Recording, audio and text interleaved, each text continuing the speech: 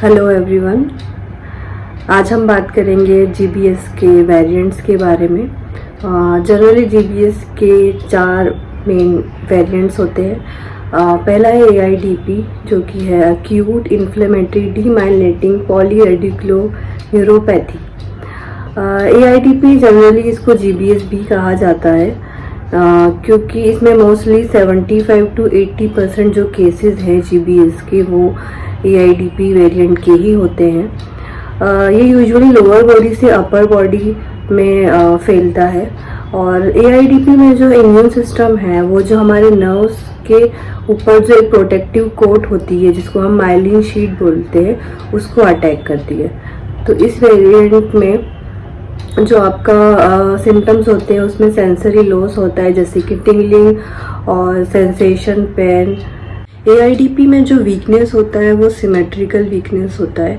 Symmetrical weakness मतलब आपका जितना वीकनेस राइट हैंड में होगा उतना लेफ्ट हैंड में, जितना राइट लेग वीक होगा उतना ही लेफ्ट लेग वीक होता है।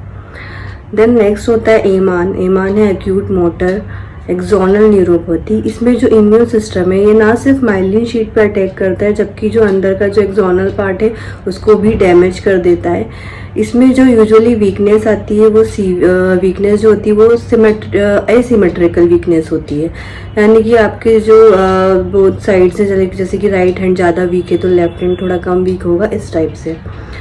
देन इसमें जो रिकवरी होता है वो काफ़ी मतलब फेवरेबल होता है।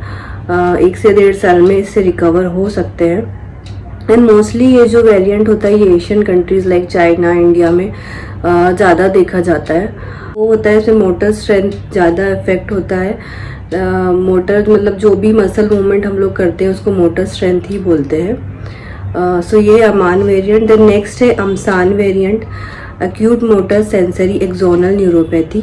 इसमें मोटर के साथ साथ आपका जो सेंसरी है वो भी लॉस होता है और ये काफ़ी रेयर वेरिएंट है और इसका वीकनेस काफ़ी सीवियर होता है और इसमें भी एसिमेट्रिक टाइप का वीकनेस देखा जा सकता है। इसमें मोटर के साथ साथ सेंसरी लॉस भी होता है। देन नेक्स्ट है मिलर फिशर सिंड्रोम। ये जो डॉक्टर ने डिस्कवर किया था, डॉक्टर सी मिलर फिशर, उनके ही नाम पे ये वेरिएंट को रखा गया है। और ये वेरिएंट यूजुअली